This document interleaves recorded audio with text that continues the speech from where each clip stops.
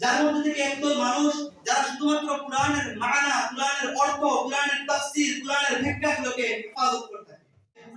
সমাপনী বিদায়ী অনুষ্ঠানের সম্মানিত মহামান্য অধ্যাপক ও বিদ্যাপীঠ সভাপতি সাহেব, উপস্থিত আমার স্নেহের, আমার প্রিয় আসাতিজায়ে কেরাম, সামনে বসে থাকা ছাত্রবৃন্দ ভাইরা, সকলকে জানাই আন্তরিক শুভেচ্ছা, অভিনন্দন ও সাদর সম্ভাষণ।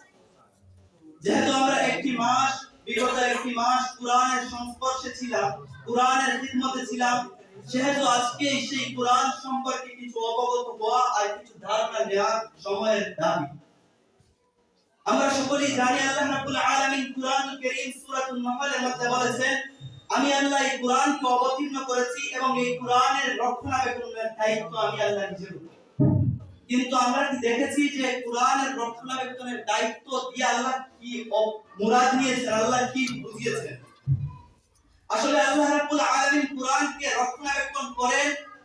হযরত মাওলানা শাহ ওয়ালিউল্লাহ মুহাদ্দিস দেহলভী ওনার কিতাব আল ফাওজুল কবির এর মধ্যে উল্লেখ করেছেন যে আল্লাহ রাব্বুল আলামিন কোরআনুল কারীমকে রক্ষণাবেক্ষণ করেন চারটি শ্রেণীর মানুষের দ্বারা।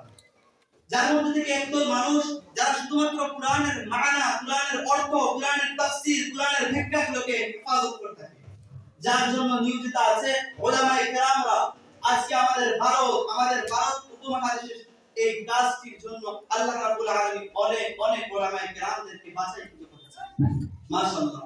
দ্বিতীয় নম্বরে কোরআনের শব্দগুলোকে আল্লাহ রাব্বুল আলামিন হেফাজত করার জন্য বিভিন্ন হাফিজদেরকে লাগিয়ে দিয়েছেন, যারা দিন রাত কঠোর পরিশ্রম করে আল্লাহ রাব্বুল আলামিনের সেই কোরআনের শব্দগুলোকে হেফাজত করেছেন। তিন নম্বরে হচ্ছে এই কোরআনের লেখাগুলোকে হেফাজত করা। আল্লাহ রাব্বুল আলামিন সেই কাজের দায়িত্ব দিয়ে দিয়েছেন নির্দিষ্ট এক দলের উপর, যারা শুধুমাত্র লেখার কাজে নিয়োজিত আছে, যাদেরকে কাতিব নামে আমরা চিনি। আজকে আমরা দেখতে পাই আজকে হিন্দুস্তানের সেই দলের অসংখ্য অগণিত নজির মিলে। 4 নম্বর রয়েছে আমাদের 4 নম্বর সেই রক্ষণাবেক্ষণের দায়িত্ব, যে 4 নম্বর দল হচ্ছে তারা হচ্ছে কারি। আজকে আল্লাহ রাব্বুল আলামিন সেই কোরআনের উচ্চারণগুলোকে, সেই কোরআনের প্রনাউন্সিয়েশনকে হেফাজত করার জন্য আল্লাহ রাব্বুল আলামিন কিছু কারিদেরকে নিয়োজিত করেছেন। আর মাশাআল্লাহ আমাদের উস্তাদরা, আমাদের শিক্ষকেরা আমাদের কঠোর পরিশ্রমের ফলে আমাদেরকে একটি মাস সেই কোরআনের উচ্চারণ, কোরআনের প্রনাউন্সিয়েশনের ট্রেনিং আমাদেরকে এই মাদ্রাসায় দিয়েছে।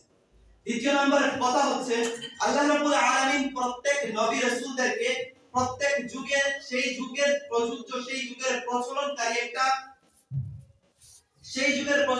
একটা মুআজিজা দিয়েছে।